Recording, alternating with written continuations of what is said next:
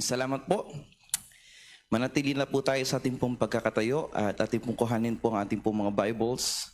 Buksan po natin sa aklat po ng Matthew chapter 11. Matthew chapter 11, verse number 28 to 30. Matthew chapter 11, verse 28 to 30. Isang pamilyar po na mga bahagi po ng ating po banal na kasulatan. At ito po ang nais nating bigyang pansin po sa pag-aaral po natin ngayong pong gabi po na ito. Sabay-sabay po nating basahin ang sinasabi po ng ating pong banal na kasulatan. At simulan po natin verse number 28. Ready, begin.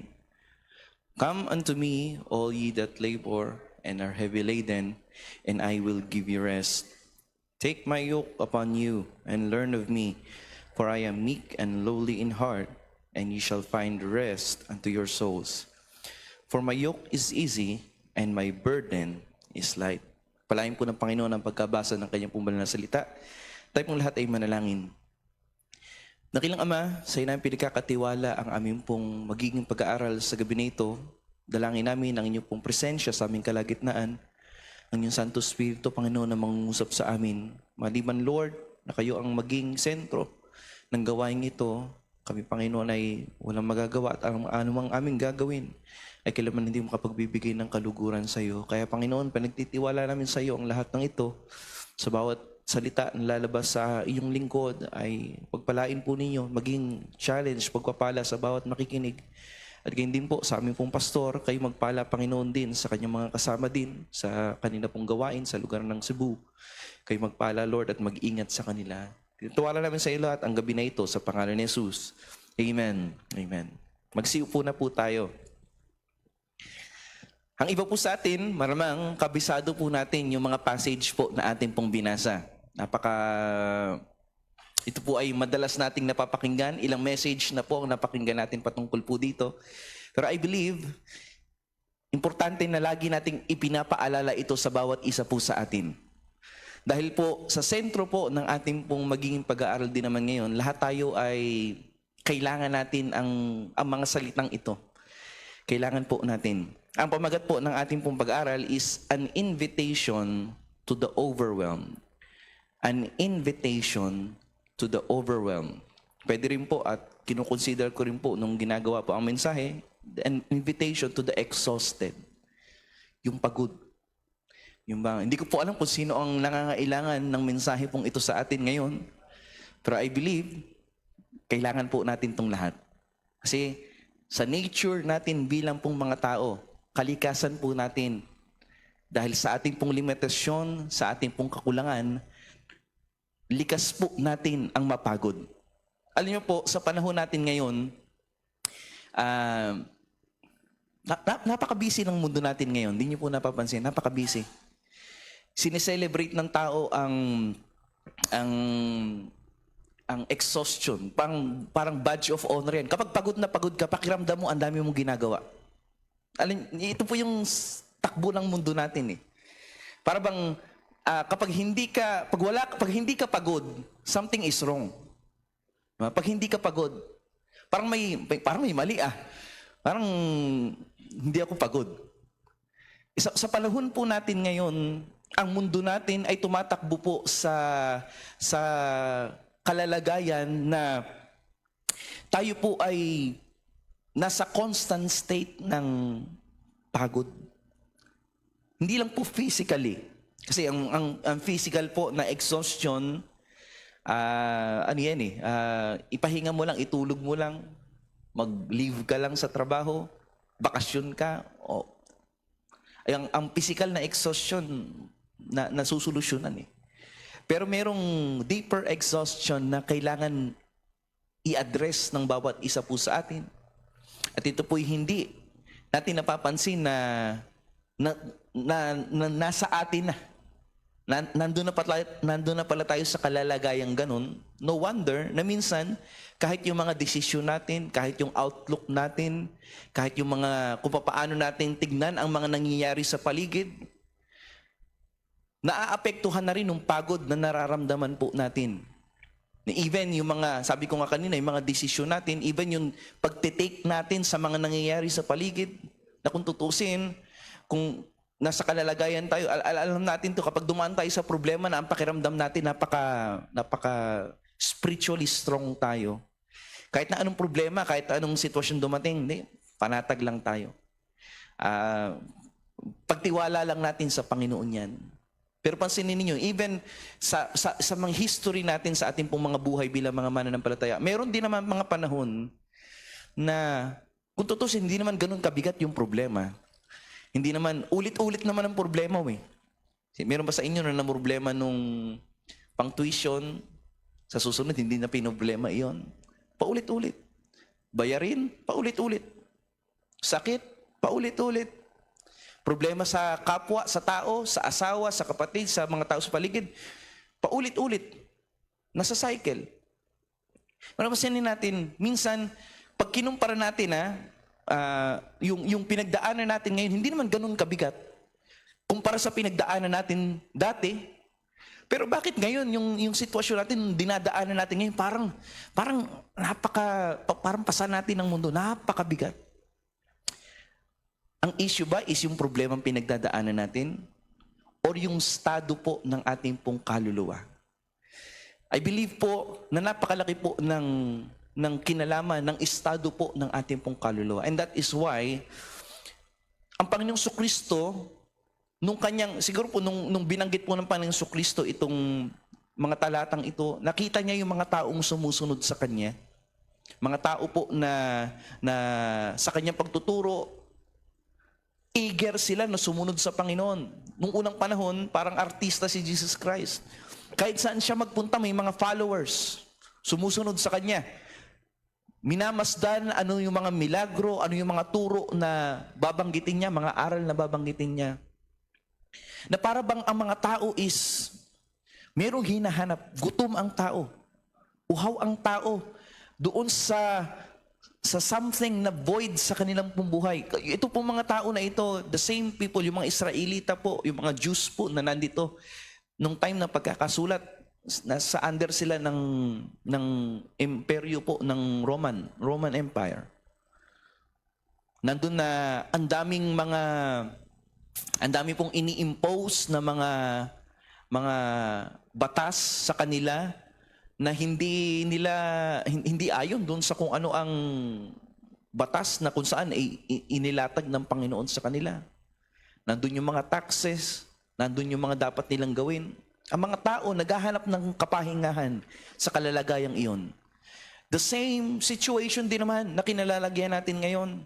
Marahil wala namang sumakop sa atin, pero alam niyo pong kalalagayan ng marami po sa atin, we are weary. Yun sa talatang binasa po natin, makikita po natin yung command ng Panginoon. Napakasimple lang po na magiging pag-aaral po natin.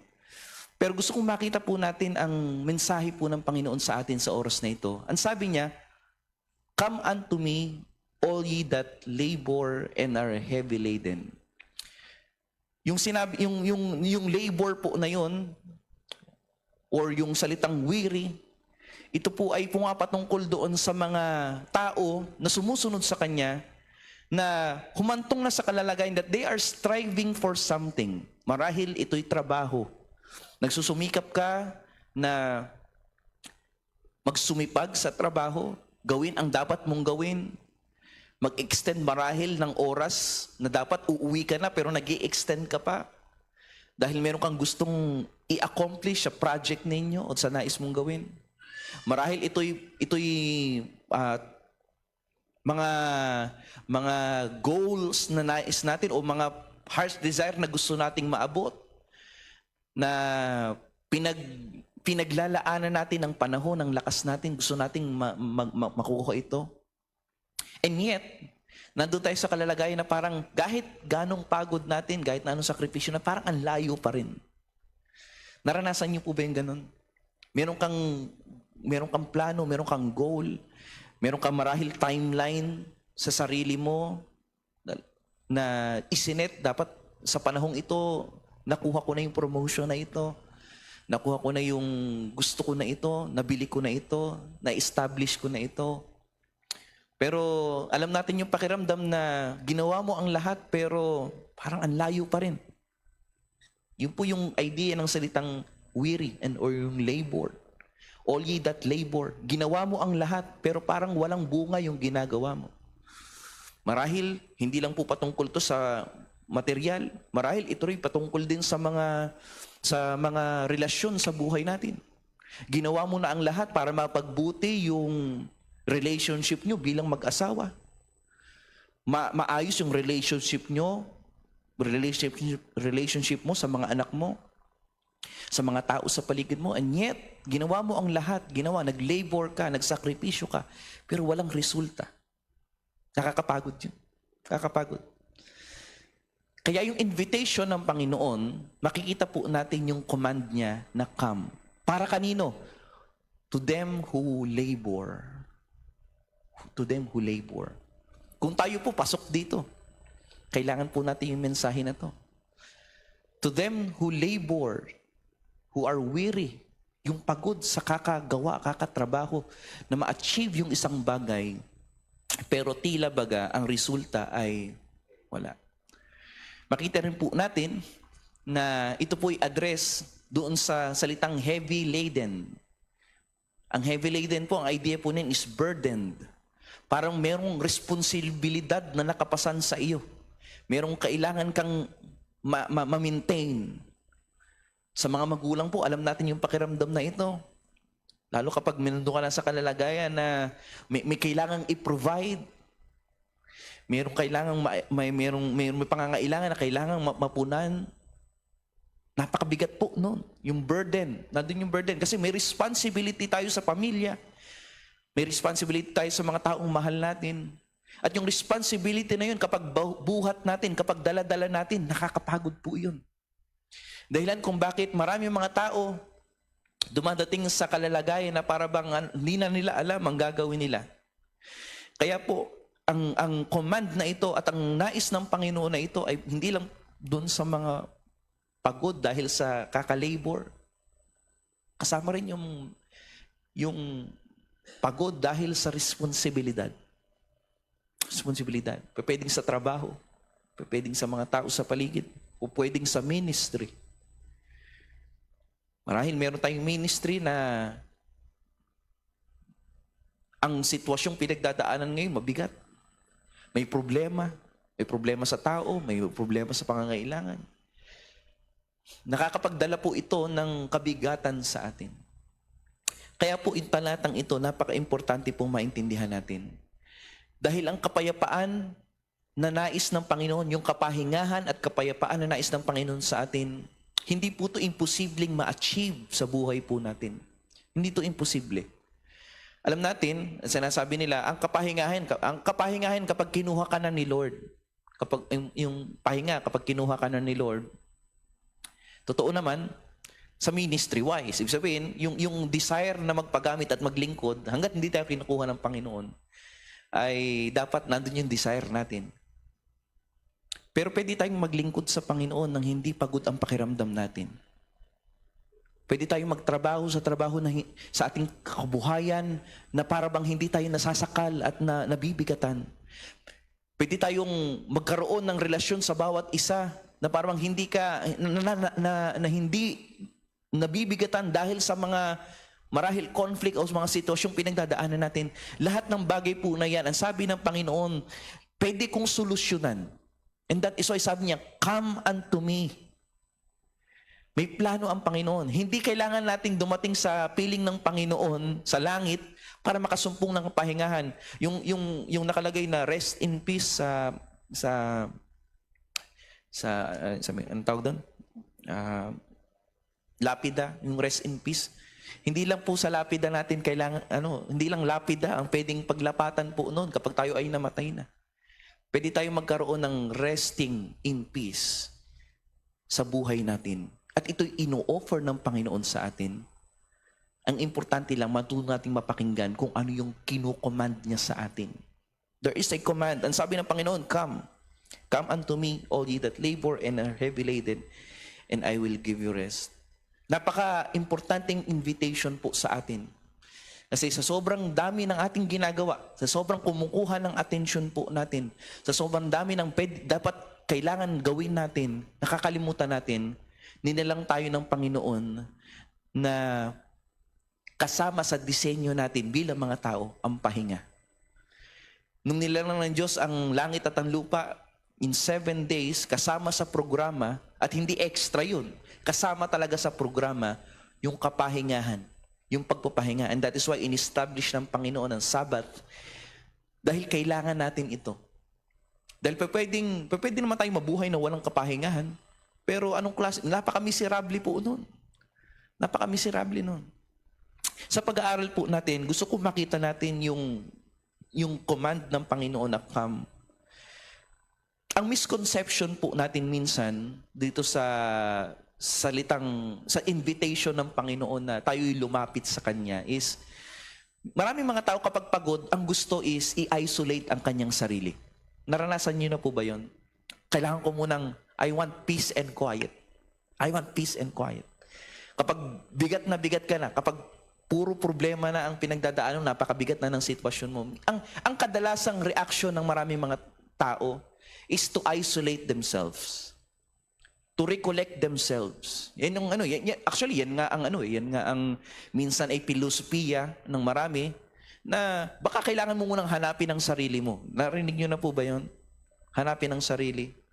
Pupunta sa isang lugar, pupunta sa isang sitwasyon, i-isolate muna ang sarili para i-recollect ang sarili. Now, yun ay paraan ng tao. Yun ay prinsipyo ng tao. Pero pansinin niyo, iba yung prinsipyo ng Panginoon. Imbis na i-isolate mo ang sarili mo, hindi change of place ang kailangan natin. Hindi change of place. Kaya nga sinasabi natin, ini-encourage natin ng bawat isa, kung kaya natin, magbakasyon tayo. Punta tayo sa ibang lugar, makakita tayo ng ibang scenery, makakita tayo ng, makaranas tayong ibang kultura. Ini-encourage natin, kung kaya natin gawin natin. Enjoy natin ang blessing ng Panginoon. Pero ang sinasabi natin, kahit baguhin mo yung lugar sa paligid mo, hindi garantiya na magkakaroon ka ng kapahingahan. Because ang kailangan natin hindi change of place. Ang kailangan natin, baguhin natin yung presence na nasa atin. Kaninong presensya ang nasa atin? Nasaang presensya ba tayo? Kaya nga po ang command ng Panginoon is to come dahil merong distance. Ba't sasabihin ng Panginoon, come, kung nandiyan ka lang din naman sa tabi niya? Kaya minsan ang nakakapagod, hindi natin napapansin, sa sobrang busy nating maglingkod, sa sobrang busy nating maggumawa, para tayong sheep. Busy tayong kakagraze doon sa field, na nakakalimutan, hindi natin napapansin, nalalayo na pala tayo. Nalalayo na tayo. Doon sa fold, doon sa shepherd. Kaya marami mga Kristiyano, hindi naman nawala sa church, nasa church pa rin naman. Pero ang puso malayo sa Panginoon. Nasa church pa rin, pero ang puso malayo sa Panginoon. To the point na even dun sa pang-araw-araw, simula Lunes hanggang Sabado, he is on his own sa kanyang mga endeavor sa buhay. Hinaharap ng problema ng mag-isa. Hinaharap ang mga sitwasyon ng mag-isa. Kaya nga ang invitation ng Panginoon, ang command ng Panginoon, come, because hindi mo mariresolve yan sa sarili mo. Hindi mo mariresolve yan sa sarili mo. Ang reality po na gusto nating makuha, ang kailangan po natin ang ginagawa po ng tao para gumaan ang pakiramdam. Anong ginagawa ng tao? Naghahanap siya ng distraction sa problema. Naghahanap ng distraction. Ito yung sinasabi natin kanina na minsan naisip ng tao, punta nga ako sa gantong lugar. Pero kung titingnan natin, that is only a distraction. Distraction, bakit? Kasi pagbalik mo, nandun ka pa rin naman sa same situation eh. Nandun ka pa rin naman sa same na problema. Dinidistract mo lang yung sarili mo. Anong ginagawa ng iba? Lalo sa mundo, ang ginagawa ng iba, nagpapakalango sa alak. Distractions. Hindi natin ang distractions hindi ma-feel o magagawa ng solusyon ang problema natin sa kapaguran. Ang kailangan natin hindi distraction, we need restoration. kailangan nating i-restore tayo ng Panginoon. And that is why kailangan nating lumapit sa Kanya. Then and only then, na tayo bilang mga mananampalataya, makakasumpong ng kapahingahan. Naalala ko yung quote ni David doon sa Psalms chapter 23. Ano sabi niya? He restoreth my soul. Mabigat yung pinagdadaanan, may problema, hindi maayos yung sitwasyon. Kaya sabi niya, yet though I walk through the valley of the shadow of death. And sabi niya, ang nakatulong para matawid niya yon is God restoring him. Nire-restore tayo ng Panginoon. Kaya huwag tayong magdalawang isip dun sa kumana ng Panginoon. Lapit tayo sa Kanya. Lapit tayo sa Kanya. Kaya ang prayer meeting, importante. Bakit ang prayer meeting tinatawag ding midweek service? Kasi within the week naman talaga, sa sobrang dami ng sitwasyon pinagdadaanan natin, nakakapagod. Kailangan natin mag-stop at mag-recharge. Kailangan natin mag-stop at hayaan ng Panginoon na i-restore tayo sa ating pong mga kapaguran. Importante na pakinggan natin, let's take heed sa command ng Panginoon. Pangalawang bagay, hindi lang yung His command, yung dapat nating tignan. Ang invitation ng Panginoon, hindi lang po sundin yung command niya, kundi i-take natin yung challenge ng Panginoon. His challenge. Hindi lang po yung command yung gusto natin makita, but also yung challenge ng Panginoon. Ang sabi niya, come unto me, all ye that labor and are heavy laden, and I will give you rest. Take my yoke upon you and learn of me. Ang idea po nung take my yoke upon you is trade. Trade. Nandun ang offer, nandun ang challenge ng Panginoon sa atin. Makipagpalit ka. Makipagpalit ka. Ano po ang iti-trade natin sa Panginoon? Ang sabi ng Bible, take my yoke upon you and learn of me. Diba? Sabi ng talata, take my yoke upon you and learn of me. For I am meek and lowly in heart, and ye shall find rest in your soul. Makikita po natin dito yung offer po ng ating pong Panginoon. There is an exchange po na importanteng makita at ma-appreciate natin. Ang sabi ng Panginoon, take my yoke. Pasanin mo yung pamatong ko. Diba? Kuhanin mo ang pamatong ko. Take my yoke upon you. At ang sabi ng Bible, ye shall find rest in your souls. Now, alam natin ang prinsipyo ng salita ng Panginoon dun sa salitang pamatok. Ito po'y, ang pamatok ay hindi po burden sa atin. Dahil pag inaral ninyo ang ancient mga custom, ang yoke po ay custom build. Kasi kapag hindi yan iisang hulmahan na pag pupunta sila sa isang tindahan at nandun na yung mga pamatok, bibili na lang sila. No, hindi po.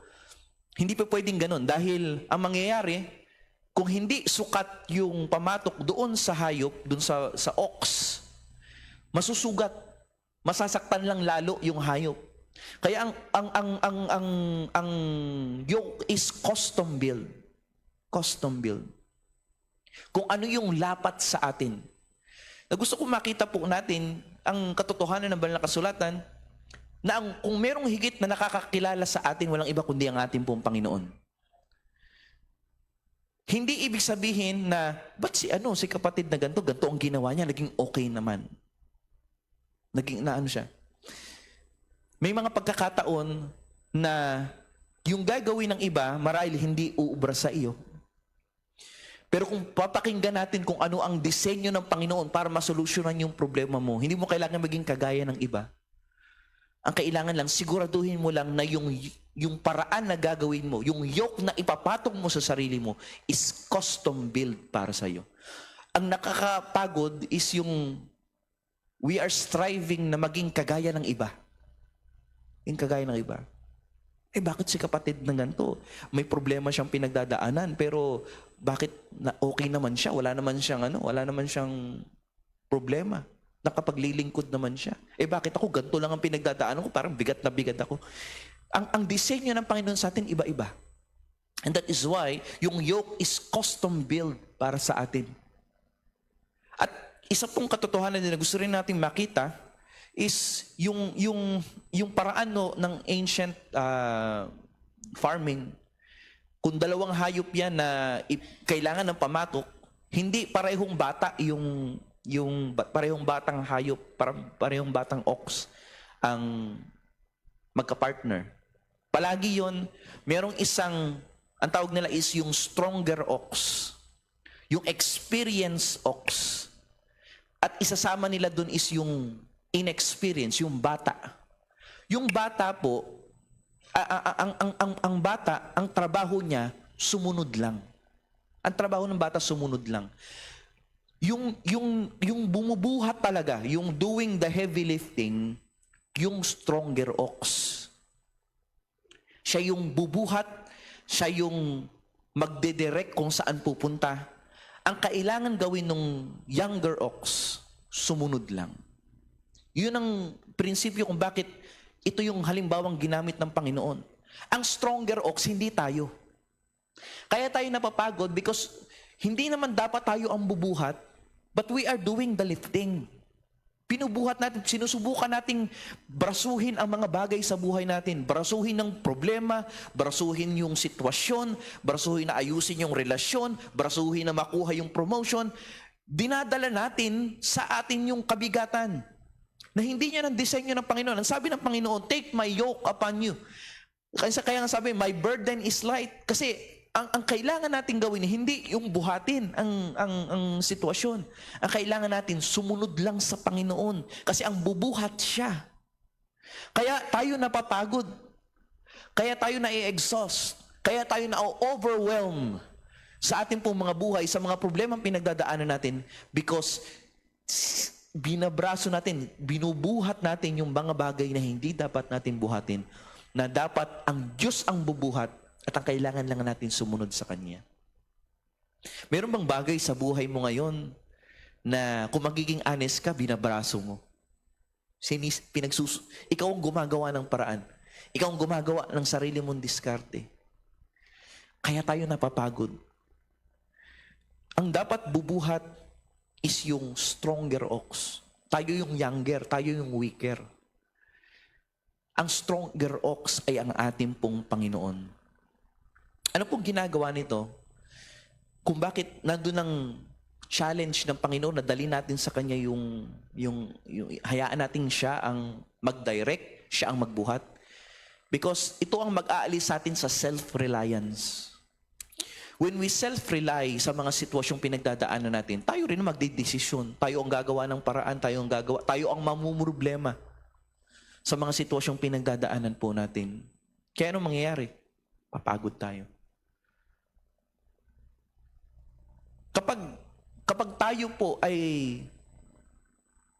nandun ang pagtitiwala natin sa kung sino ang kasama natin. Yung younger ox, sabi nga natin kanina, ang trabaho lang niya sumunod, sumabay. Ang trabaho niya is to be synchronized. Diba? To be synchronized doon sa stronger ox. Yun ang kalooban ng Panginoon sa atin. Na maging synchronized ang lakad natin sa kung ano ang kalooban ng Panginoon. Pag tayo ay nasa presensya ng Panginoon, tayo po ay mayroong kapayapaan, may kapahingahan. Kapag lumalakad tayo mag-isa, inaararo natin mag-isa yung sarili nating field, mapapagod tayo. Mayroong paraan. Nandun ang invitation ng Panginoon. Kailangan ng ox magkasama. Kaya nga sabi ng Panginoon, come, kailangan magkadikit. Kailangan sabay. Hindi pwedeng pangunahan mo, mauuna yung younger ox, no? Ang kailangan, sabay sila. Ang problema natin, minsan pinapangunahan natin lagi ang Panginoon. Natatakot tayo sa urgency. Natatakot tayo dun sa, Pastor, baka mauusan ako ng opportunity. Pastor, baka hindi dumating sa akin pag hindi ko ginrab ngayon. Huwag nating hayaan at huwag nating pangunahan ng Panginoon sa buhay natin. Kapag merong bagay na para sa atin, Diyos ang gagawa ng paraan, mapapasa atin yun. Hindi mo kailangan brasuhin. Ang promotion kapag kalooban ng Panginoon para sa'yo, ngayon, ibibigay ng Panginoon sa'yo yan ngayon, regardless kahit pigilan ng tao yan. Kahit gumawa ng paraan ng tao para hindi mapunta sa'yo yan, pero pag kalooban ng Panginoon para sa'yo yung promotion, ibibigay sa'yo. Ganon din sa trabaho, sa mga kabataan natin, recently, mga graduate yung mga yan, mga naghahanap ng trabaho yan. Wag tayo parang pakiramdam natin, mawawalan tayo, mauubusan tayo ng opportunity, mga job opportunities. Kapag kalooban ng Panginoon para sa iyo ang isang bagay, kahit na gawa ng paraan ng kaaway ng ibang tao na hindi mapasayo yan, pag kalooban ng Panginoon sa iyo yan, para sa iyo yan. Hindi mo kailangang magmadali. Huwag ka ma-pressure. Huwag ka ma-pressure. Kasi ang Panginoon, makikita natin sa huling puntos po natin, kaninong presence ba ang pinag-uusapan natin? Makikita natin yung command ng Panginoon, come. Makikita natin yung challenge ng Panginoon, take my yoke upon you. Kuhanin mo yung aking ibibigay ko sa iyo yung aking pamatok. Dalihin mo yung aking kapayapaan. Makikita rin po natin sa invitation ng Panginoon, hindi lang po yung command, hindi lang po yung challenge, but also yung character po ng ating pong Panginoon. His character. Ano po ang sabi po ng ating pong talata? Sabi niya, take my yoke upon me, you, and learn of me, for I am meek and lowly in heart. And ye shall find rest in your souls, for my yoke is easy and my burden is light. Alam niyo po yung talatang ito? Itong talata na to ang iilan lang sa mga talata na mismong ang Panginoong Kristo ang nagsabi at dinescribe niya anong klaseng puso ang meron siya. Itong talata lang nito. Sabi niya, for I am meek and lowly in heart. Hindi doon sa kung ano ang ginagawa lang niya. Kasi yung ginagawa, kagaya ng maraming tao, pwedeng ang ginagawa ay ang ginagawa is ng isang tao, pwedeng hindi mo malaman bakit mo ginagawa ito. Pwede tayong magkaroon pa ng question eh. Pero pag nakita natin na ito ay nanggaling sa puso nung gumagawa, ma-appreciate natin yung kanyang ginagawa. Dito sa talatang ito, binuksan ng Panginoon anong klaseng puso ang meron siya dun sa mga tao na nakita niyang pagod, na nakita niyang nangangailangan ng kapahingahan. Ang sabi niya, for I am meek and lowly in heart.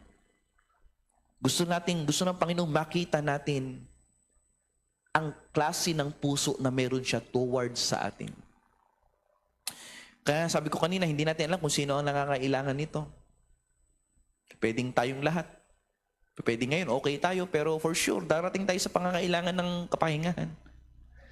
Magandang isa puso natin kung anong klaseng puso ang meron ng ating pong Panginoon. Ang sabi niya, for I am gentle and humble in heart.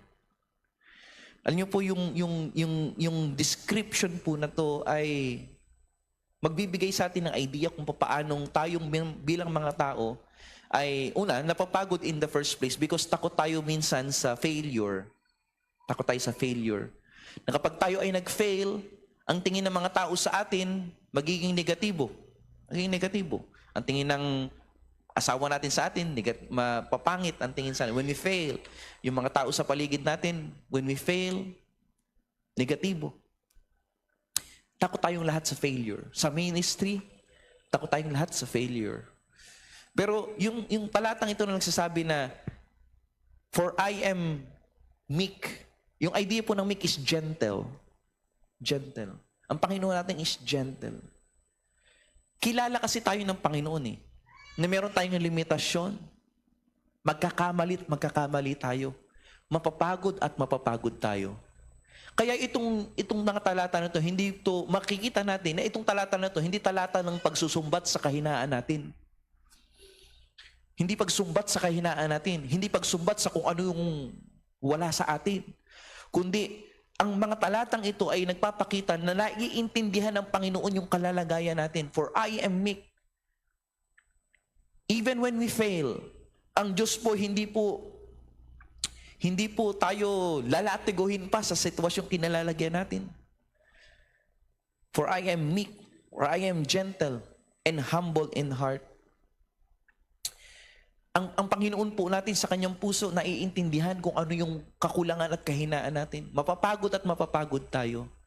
But let us trust na yung Diyos na nagmamahal sa atin, nagki-care sa atin. Kaya yung mga talata na mag-make sense, yung mga talata na casting all your cares upon Him, for He careth for you. Kasi ang Diyos natin sa kanyang puso, wala siyang ibang nais kundi yung napapagod, yung napapagal, yung hindi na alam, nasa point na minsan ng dead end sa buhay niya, na hindi niya na alam kung anong susunod na bahagi ng buhay niya, ay makasusumpong ng kapayapaan sa Panginoon. Alam niyo po, ibang nagagawa ng presensya ng Diyos. Alam niyo po ang kalalagayan, alam ng mga tatay ito, na kung meron man tayong huling ginagawa bago tayo matulog, is to check yung paligid natin. Check muna yung mga pinto, kung nakasarado na. I-check yung gate, kung okay na, kumpleto ba yung anak ko. Silip ka muna doon sa tatlo, okay na. Kumpleto na sila. O yung asawa mo, baka wala doon sa, di ba? Sine-check natin, sinisecure natin, make sure na yung lock ay nakalock talaga yung pinto. Na merong safety sa paligid. And then, makapagpapahinga na. Pero, nasubukan nyo na rin namang, ewan ko sa inyo kung ganun tayo kadaling makatulog sa isang open na area. Diba? Sa isang open na area. Hindi ka mapalagay eh. Hindi ka mapalagay.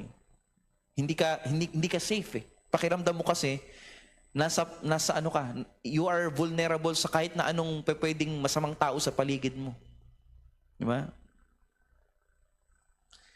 Pero kapag nandun ka sa sarili mong tahanan, alam mo na nakalakan lahat, alam mo na safe na ang lahat, alam mo makakapagpahinga ka ng mabuti. Iba ang nagagawa kapag nagtitiwala tayo doon sa lugar, yung sa presence nating tayo ay nasa isang safe place. Tayo ay nasa isang safe place. We can rest pag tayo ay nasa safe place.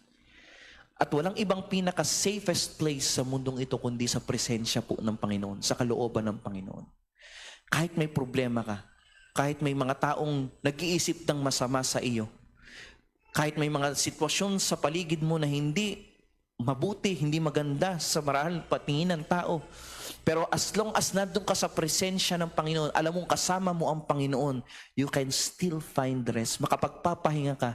May problema ka pinagdadaanan, merong sitwasyon, marahil may sakit ka, hindi naman mawawala yung katotohanan na yun. Hindi man ibig sabihin nandun ka sa presensya ng Panginoon, automatically, wala na yung problema eh. Nandun pa rin. May sakit ka pa rin naman. May pangangailangan ka pa rin naman. Pero ang nagagawa ng tayo ay nasa presensya ng Panginoon, hindi tayo na-overwhelm ng problema. Nakapag-iisip ka pa rin ng mabuti, nakapag-iisip ka pa rin ng tama, nakapagsasalita ka pa rin ng mga bagay na positibo, even though nandun ka sa sitwasyong mabigat. Yun ang nagagawa ng presensya ng Panginoon. At pag tayo ay nasa presence ng Panginoon, makikita po natin ang nasa puso ng presence ng Panginoon is yung kanyang character. That God is gentle. That God is approachable. Na ang Panginoon natin, anuman ang pwedeng kakulangan at hindi natin magawa, o mga bagay na sitwasyong kinalagyan natin, bunga ng ating kakulangan, ang Diyos po pwede nating lapitan anytime. Kaya ang church natin is, ino-offer nga ng ating pong pastor open to anytime. Anytime.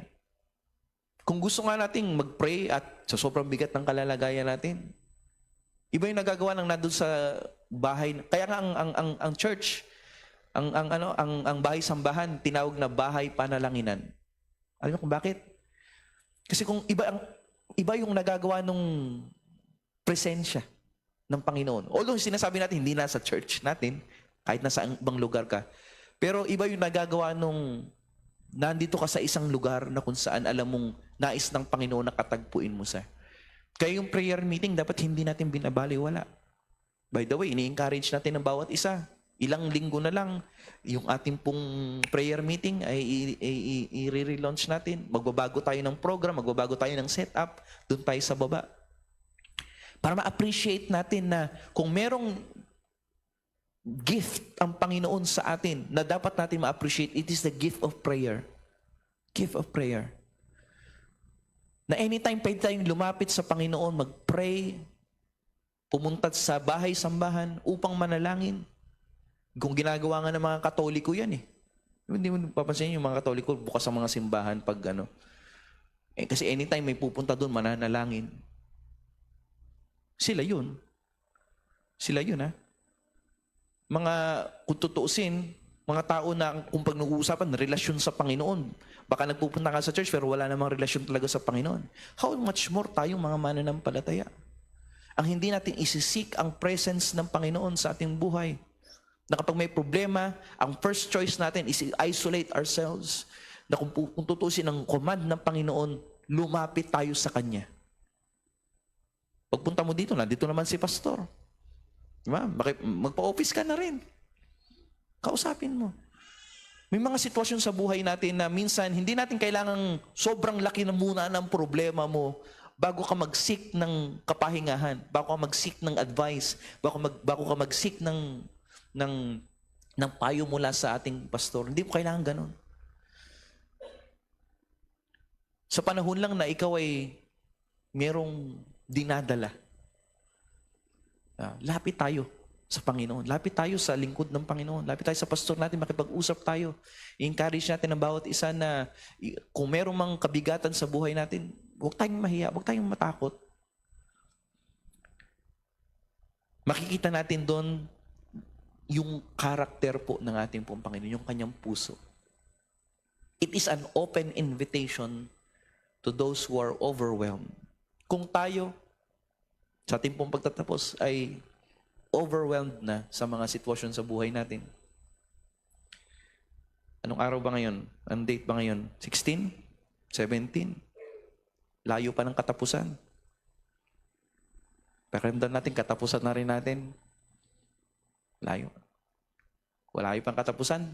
Wala na. Yung sahod mo, bus na rin. Hindi natin alam saan tayo kukuha. May mga pangangailangan. Kakapagod. May mga sitwasyon sa buhay natin, may mga problema tayo sa pamilya natin, sa anak natin, sa asawa natin na nagdadala ng kapaguran sa atin. May mga responsibilidad tayo na pinapasan at dinadala na minsan hindi natin napapansin, binubuhat natin mag-isa. Nakakapagod. Here is the open invitation ng Panginoon. Come unto me, all ye that labor and are heavy laden, and I will give you rest.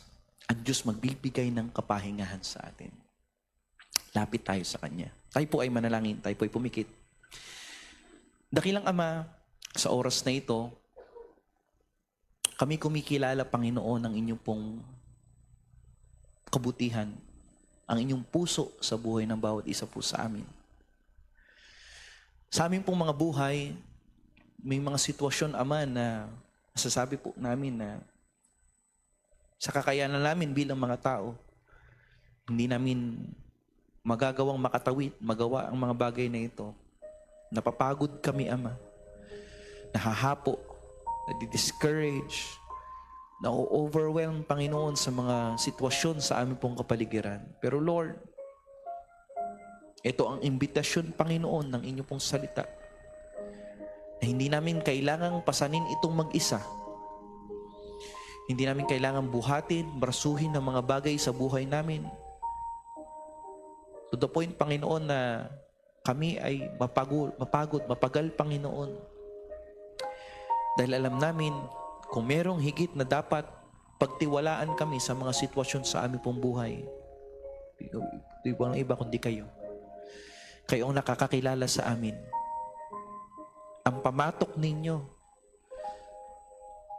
is custom made sa buhay ng bawat isa po sa amin. May kanya-kanya kaming sitwasyon. May kanya-kanyang problema. May kanya-kanyang Panginoong kabigatan na dinadala. At kayo na nakakakilala sa amin, ang higit na nakakaalam kung ano ang kailangan namin gawin. Pagtiwalaan namin, Awa, ang presensya ninyo sa buhay namin. Kung meron man sa amin pong kapaligiran nabibigatan, Panginoon. May sitwasyong hindi maayos marahil sa kanila pong buhay. Kayo, Panginoon, ang kumasama. No, Panginoon, ang presensya ninyo ang aming panghawakan. Ang puso ninyo ang lagi naming tignan. Ang puso ninyo, Panginoon, ang aming pong pagbigyan ng buong puso na reliance, Panginoon, sa anumang sitwasyong aming pinagdadaanan. Kaya, Ama, salamat sa inyong salita. Salamat, Panginoon, sa inyong pong pangako. Salamat sa pagpapakita ninyo ng inyong pong care, concern sa amin. Kahabagan nyo kaming mga tao. Kami, Panginoon, ay limitado. Kami, Panginoon, ay walang magagawa malibang kumilos kayo sa aming pong buhay. Kaya, Panginoon, masaksihan namin ang kalakasan ng gagaling sa iyo. Mapagtiwalaan namin ang inyong pong kabutihan. Sa iyo po namin pinagkakatiwala lahat na ito. Sa tanging pangalan naman ng aming pong Panginoong Hesus. Amen. Amen. Tayo po tayo.